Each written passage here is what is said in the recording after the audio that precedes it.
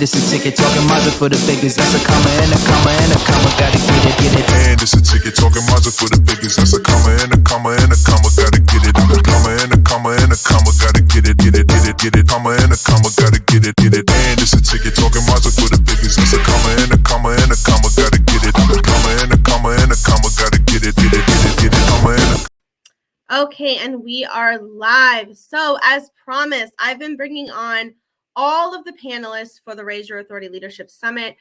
We've got Jamie King behind the scenes right now. I'm going to be bringing her on in just a moment. But before we get started, because this is going to be reshared to Instagram and YouTube, and for some of you guys who are watching the replay, I want to kind of give you a little bit of backstory real quick. So if this is the first time you're catching me live, the first time you're catching Jamie live, if you're brand new to our world, go ahead and let us know in the comments. Let us know where you found us. Let us know what you do for a living. Go ahead and use these platforms as an opportunity to go ahead and showcase your skill and your business. So for those of you guys who don't know who I am Christy Ferrer. I am known as the Authority Coach. I'm also the host of the Raise Your Authority Leadership Summit, which we are hosting on February 1st. Next week, we are officially in the 7-day countdown and bringing together 6 panelists, women who have literally positioned themselves as the go-to experts in their industries, coming on to share their stories, to share with you how you can do the same. So I'm bringing on today Jamie King. I'm going to go ahead and do a little intro, kind of tell you a little bit about her, and then she's going to speak from her own words. So for those of you guys who don't know Jamie King, she's primarily known online as the Slay Coach. That's how I know her. She is your no bullshit unicorn business coach. She combines mindset and spirituality and strategy to help you scale your business quickly. Jamie went from 3 years of 2 to 3K months as a board fitness coach to a 7-figure business, all while raising 3 tiny humans. Her passion is teaching women how to build a well-balanced, soul-driven business while not losing their minds. She is the creator of the Slay School and Slay School podcast. This podcast is a must-subscribe for any female entrepreneurs ready to take their business from diamond in the rough to set and almost flawless, which I believe that the podcast actually changed its name a little bit since I wrote that down. So I'll allow Jamie to kind of fix that for me. So I'm going to go ahead and bring Jamie on stage. Welcome, Jamie. Hi. Glad to be here. I'm so excited to have you here. Would you mind introducing yourself to the world? Tell us what you do, who you are, who you serve. Yeah. So actually, the podcast didn't change. There's a new one. So the Slay School still is the Slay School podcast. Oh, okay. It's just on pause right now while we catch up with the Daily Slay.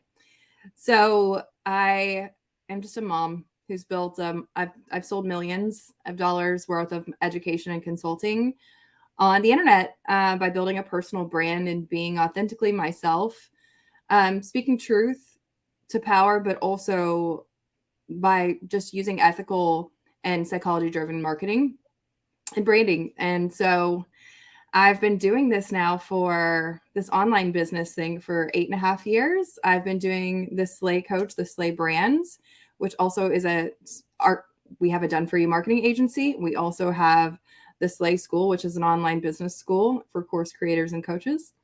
And we have podcasts and events, the Summit of Slay, and our small networking events in my hometown.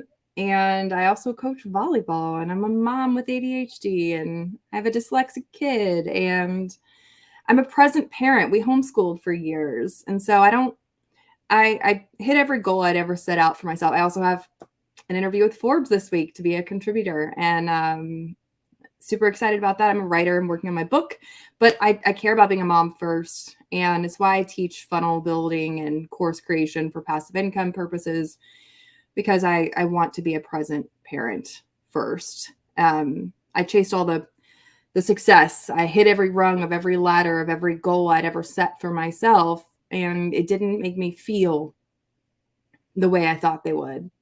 So that hitting every goal, they say don't meet your heroes, or I say don't hit your goals because you hit them and you're like, wait, okay, now what? Yeah, The next goal. And I've learned really during COVID to really fall in love with the process and the service and the work that I do in the world, and being really legacy driven and impact driven, service driven over chasing monetary wins. And so that's why we have the Slay School and the Daily Slay podcast, to just be of service to people. I love that. I want to touch on a couple things that you said. First of all, I'm gonna fangirl for a moment, right? Because I've been following you for a while, like way longer than you probably realize. But like the thing about this event, the Raise Your Authority Leadership event, is that a lot of these women and you particularly, is that a lot of people see you where you are today, right? They see this beautiful like butterfly that you are today, right? But they didn't see like who you were before, right? And I've been following you since not necessarily your Beachbody days, that's when you did the fitness, but right after that, right? So I've seen you evolve and pivot and pivot and pivot and add and pivot and leave and pivot, right? And it's been an amazing journey to watch. And one thing I definitely have to say is like your humbleness, I think, has remained like throughout the entire time, and especially over the past like 2 years, I've seen like the things that you've brought to light and the rawness and the like how authentic you've been able to be online, like, but even more so over the past 2 years, and just kind of like calling bullshit to the things that need to be called bullshit on, and just being honest about what you're no longer available for, and like I think almost allowing it for other people, because like you said, sometimes we're so focused on the damn goal that we kind of lose sight of who we are along the way, and we also kind of lose sight of like why the hell we're doing it in the first place, right? Especially as a mom. So like, for example, like I started my business so I can be home with my kid, right?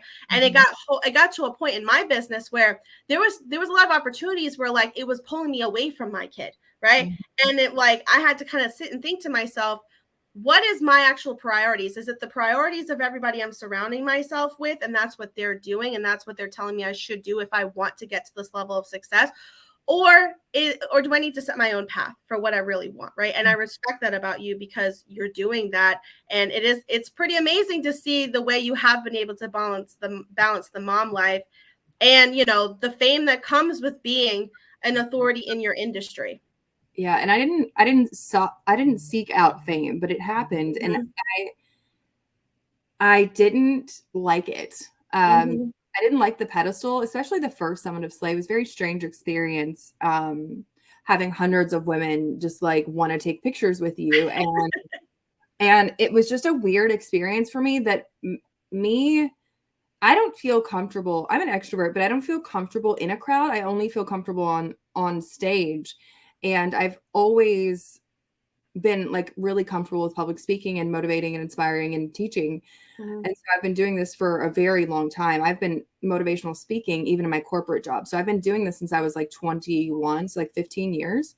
But I did not like that aspect of pedestal. The pedestal guru worship in the industry is rampant, and in online space in general. And I remember when I first met my heroes, and I got my heart broken the first time. And it was like, it shattered all this like mystery or allure of like thinking that they had something that I didn't.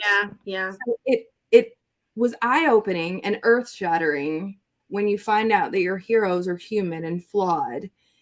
And it makes you wonder, why did I worship people in the first place instead of just worshiping at the shrine of my damn self? And that's what I didn't like about, when I did Summit of Slay the second time. It was during a pandemic, and it was hard because it was like during the Delta wave, and it was huge then. Travel got canceled for a lot of people, and I made that event about other people, and I made other people the center stage, not myself. And so that's what my platform is, to make self-help and business and life relatable. And to talk about the shit that matters, and to talk about the real behind the scenes, not just calling out the bullshit of some of the stuff in the online space, that too, but that's not like, I'm not here to like tear people down. I don't like the mean girl bully vibes of people or haters. And I believe in calling for change and speaking truth to power of how things could improve and be different and better. But also I believe in kind of forging my own path. I pretty much stay in my own lane, and I tune out all the bullshit outside. But I used to get really wrapped up in hero worship and thinking that other people had something that I didn't have. And it's just not true. And when you really look at other people as an example of what is possible, but not internalize thinking that you have to become them, that is when you really find your own truth and your own power. I think that's powerful because I'm pretty sure 99% of us, the people that are watching this on the replay too, like that can relate to, because, you know, I think a lot of us, when we decided to start on, if you don't have like someone in your life that was like a business owner and created a multi-million-dollar, but like, you don't really, not a lot of us have those people in our personal lives that we grew up around. Right. So like, who is our idol? The people that we meet on social media, the person that we idolize. Right. And so I think it can become really, really easy to easily put people on a pedestal because you don't know where else to put them. You don't know what other part of your life to put them in. So you look at them as like this almost like celebrity status, right? And so that's one thing that I've been loving about having these interviews, even with you ladies, and just the more you push yourself to get in the circles, the inner circles that you think that are like, you know, so exclusive, the more you push yourself and you ask for a seat at the table, the more you'll realize how human everybody really is, and how they're just like you. They're more people just know their name. That's really what it is. Just as messed up as you. They just didn't quit, and they were just consistent for longer. Absolutely. And I think it's normal to, like, you know, if there is someone that you idolize, it's one thing to like, I think, oh my gosh, it's so exciting to finally meet you, but like, don't ever like view yourself as less than anyone else, regardless of how far they are in their professional career. It's the same thing with being a mom, right? When you start comparing yourself to like mom influencers online, and you're like, how is she able to do all these things with her kids? And you start to kind of compare yourself. It's kind of the same idea as it is within the entrepreneur world. And then we tend to do both. If you're following a mompreneur, you know what I mean? And you're like, how is she able to do this? And you start, you know, comparing your own stuff. I think it's very easy to kind of get wrapped in that circle of like constant comparison. But it doesn't get you anywhere. It just leaves you. Well, the reason I blew up is because I decided to be radically and authentically myself. And then there were a ton of copycats after. And I didn't like that either. I didn't like that I was inspiring radical change for people to make duplicates of me. And I was like, no, I said be radically yourself, not radically me.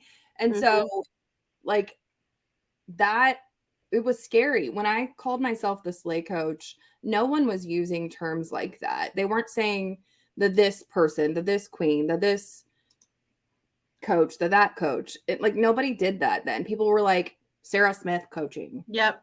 John Smith coaching and Jamie King coaching. And like that was kind of how the coaching industry looked. And I was like, no, I'm going to do something different. And so if you can literally, you want to stand out, look at what everyone else is doing, do the opposite. Yes. The opposite of that. Like, and no, go ahead. Literally the exact opposite. Like I have a whole content series planned on just making fun of some of the content trends and doing the exact opposite of that, just to be funny, because it's just crazy how quickly trends catch on because it works and it's smart and then everybody does it. But when everybody does it, there's a life cycle of marketing and messaging. And if you're on the late adoption of a marketing message, it's too late and you need to carve your own path. And I'm not saying that trends, I used to be a trend hater where I would just not do any trends at all. I'm no longer a trend hater. I will do the ones that I genuinely enjoy, but really just how can you make it your own and how can you be more you? But a lot of people struggle with that because they don't know who they are yet. Yeah, and that's a whole other conversation in itself right there. I mean, I love I think this pedestal conversation is honestly so important. I mean, even one of my mentors is actually in the audience right now. It's something we've talked about a lot.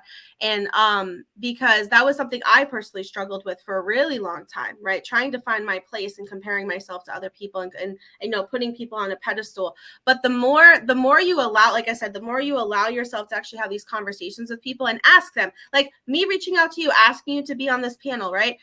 Reaching out to some of the other women to be on this panel. That was one of the challenges for me, is like, okay, like, am I going to put this person on a pedestal and think, oh God, she's not going to say yes to me. Who am I? Right? It's like, who am I? Let me reach out to her. Let me see what she says. Right. And like having the confidence to own your power and own like how incredible you are, what you do is a very, very powerful feeling. And I wanted to create that with this event. Even creating this event, you know, I had people reaching out to me and offering like services and giving me like outlines on how to host the event. And I was like, if I'm going to create Raise Your Authority, I'm going to do it my own way. I'm going to create like the way the layout is, the panelists that are on there. I'm going to do everything my own way because I don't want it to be like every other summit. Why would I want it to be like every other summit? I need it to be the complete polar opposite of it for it to be so iconic, you know? Yep, I agree. And you're doing a great job. I love it so far. Thank you. So I'm going to pivot the question a little bit. So, you know, for people to kind of get an idea of like what we're actually going to be talking about at the summit. For those of you guys who are brand new to the Raise Your Authority Leadership Summit and you're like, what the hell is she talking about? This summit was created for you to literally be in the room with multiple 6-7-figure business owners. Yes, that's the one thing. The numbers are one amazing thing. Yes. Is that a selling point? Is that, you know, incredible thing that women have built these companies? But that's not the whole point. It's how have these women been able to position themselves as industry leaders, expert, the go-to person, right? How have you ladies been able to do that? That's one thing, but also how has that benefited your business, right? And so all of the women in this panel are going to be sharing their stories and how they've been able to individually do that in their business in their own unique way, so that way you can learn what's the importance of it? How can you do it yourself? How can you do it your own way and actually be able to ask questions? So I have a question for you, Jamie. So at what point would you say in your journey, do you feel like you were able to position yourself as an authority? At what point did you say to yourself, like, okay, I feel like I've finally positioned myself as a go-to person, as an expert? At what point do you feel like you established that? The day that I decided to start my business, before I had a business. I just don't fuck around. And I come from a place, and the reason that I have been successful and rapidly successful and more successful than the people, whatever you define as success, financially successful. Also, can we just talk about, I have made millions. I do not have millions. That's another story and a topic for the conversation, because I pay my people really well. I have a team and I don't have to work that much. I would rather be with my kids. So like, I know how to make millions, but I create my revenue in a way that I can have freedom and time freedom to be with my family. So I came out of the gate when I started this business, when I decided I just don't believe in doing anything half-assery. Like, I call it half-assery, but I don't believe in using a fourth of my ass. I am all in or I am all out. And when I started this business, I treat it the same way that I tell my kids, is treat your whatever, your hobby. Like my daughter treats volleyball like it is her job. And because it is her dream and she works for it and she knows that it's going to take hard work to get there, and not hard work. It's fun. Like we love what she's doing. And I came out of the gate, but when I started my business, I did not have a website, but I did have an alter ego that I created. I said, okay, if I don't feel comfortable being this authority yet, let's create a character. And so I teach alter ego. It's one of my favorite speeches that I give. I teach authority building by using an alter ego that you create. And one of my most quotable moments was the first summit of Slay. And I said, it's easier to act yourself into a new way of thinking than it is to think yourself into a new way of acting. And so I wrote a character. I wrote a character for the Slay Coach, because if you look back at pictures of me, I'll even pull one up right now. You would not recognize, when I first started my business, a Beachbody, not my current business before I became a Slay Coach, but when I was a lost mom. Now, I was a boss in corporate America. Like in corporate America, I was a boss. But when I became a stay-at-home mom for 3 years, I lost my identity. I lost myself in motherhood. I had a baby who woke up every hour and a half for the first 18 months. He did not sleep. I had manic depression, anxiety. I couldn't leave my house. I had intrusive thoughts. I was a mess when I started my Beachbody business.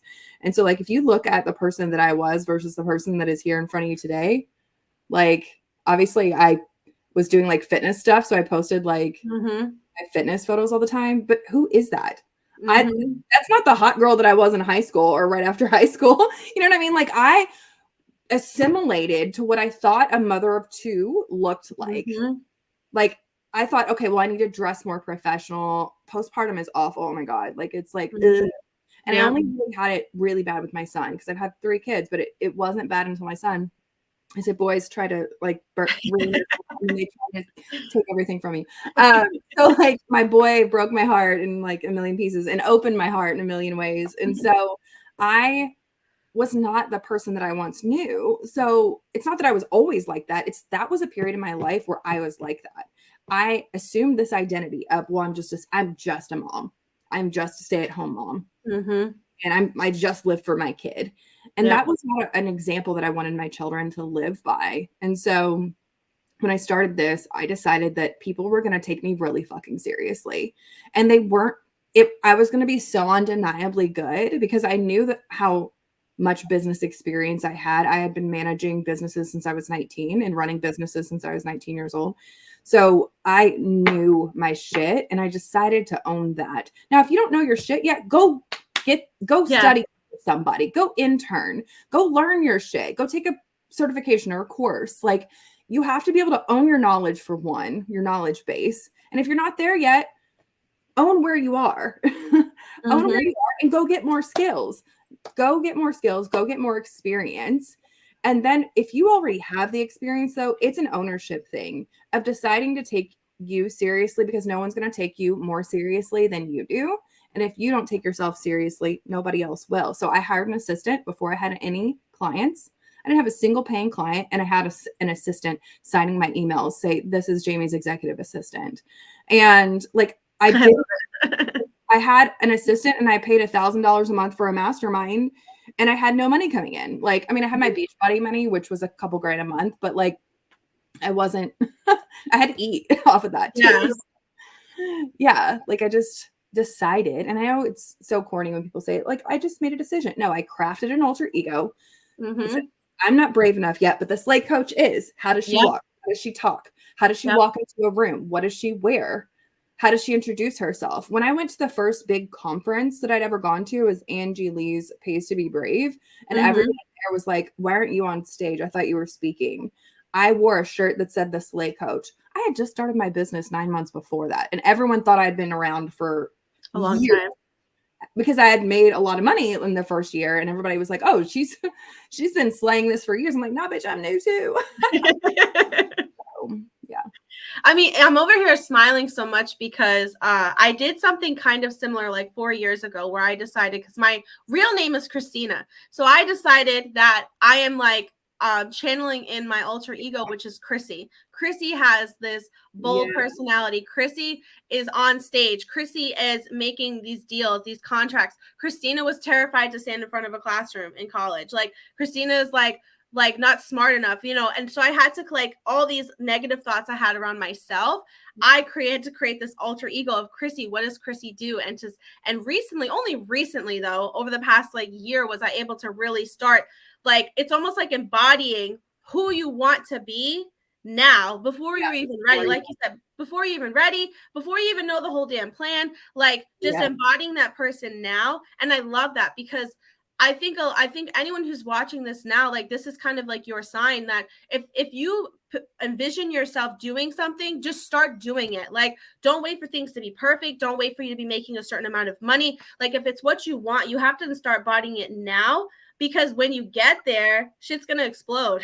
Like, you know. So I love that. Thank you for sharing that with us, Jamie. So what we're going to do is we're going to go ahead and wrap it up. I want to go ahead and invite everyone to join us on February 1st. You can go ahead to raiseyourauthority.com and go ahead and register and get your tickets. You'll see Jamie, the Slay Coach, there.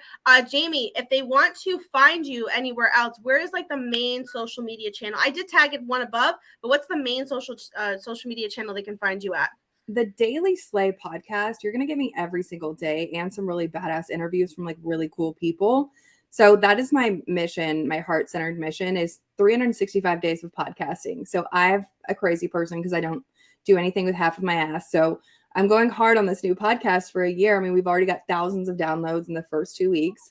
And it's really like a movement of radical, authentic self-help and like brand business building, but in a bite-sized daily way. And then also I've been loving TikTok. I finally jumped on the TikTok. I saw the Slay Coach on TikTok. And yeah, I've like 2 weeks ago, I decided to go all in with TikTok, and I went from 200 followers to like 850, almost 900. So it's been fun.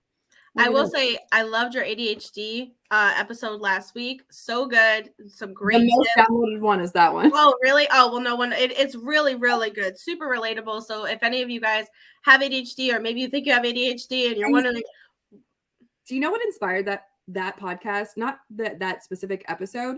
Mm. It was anger. Oh, really? About I saw with that backlash with like Rachel Hollis and like her telling people to like wash their face and get their shit together, and like calling her house cleaner like the help, and saying that, well, I just work harder than everyone else. I'm like, no, it's more than that. And so I address a lot of like privilege and issues because we're all starting in a different rung on the socioeconomic or pretty privilege or different privileges. We all have different privileges. And so just acknowledging real and validating people's feelings of where they are without being preachy. And so I wanted something that could be motivating and inspiring for people that wasn't preachy from a place of like, look, I have all my shit together. I don't. And that's what inspired that, was actually getting in the rooms with people like her. I don't know Rachel personally, but getting in the rooms with a lot of really big names and being at the tables and invited at tables with all of these people that I looked up to, and then seeing behind the scenes of their life, realizing, oh, you guys are real fucked up too. Okay. Okay, so y'all just lying then. We're doing that. Well, I will say one of the things about the Raise Your Authority event that I wanted to make sure that we did was highlighting people from all different backgrounds, making sure that this group was diverse, right? We weren't going to just be a group of white women talking about how we raised our authority, right? Absolutely not, right? Like, we needed a diverse group to understand that for certain people, there are going to be roadblocks that others may not have to overcome, right? All of us go through different types of roadblocks in our businesses. So I think it was really important to make sure that we highlight those things to ensure people who came from money, people who were homeless, people who were teen pregnancies, women that are white, Black, Hispanic, right? Who have, we've all gone through different types of, like I said, roadblocks along the ways.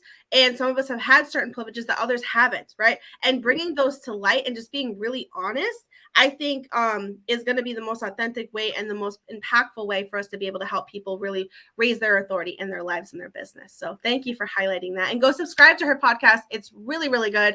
I'm really personally, and this is not blowing smoke up your steam, steam up your butt, but like, I'm really picky about podcasts because I like to listen to them while I work out. And if they're boring, I can't listen to them while I'm working out because I'm trying to be like, hype, and so I enjoy yours because they're like, it's like real life conversations and nutty and funny, so I like it. Thank you. I've been working really hard on it. It feels really good to like just be real and see through the bullshit of life is fucking hard and we're all going through our own shit, and I'm sharing all of it in real time. So thank you for listening. Love it. I'm excited for more. So thank you guys so much for tuning in. Go check out the Slate Coach online. Go check out her podcast. Go subscribe. Thank you again, Jamie, for being here. And if you want more of Jamie and being in her world, go ahead and join us on February 1st. We'll see you then. Bye, guys.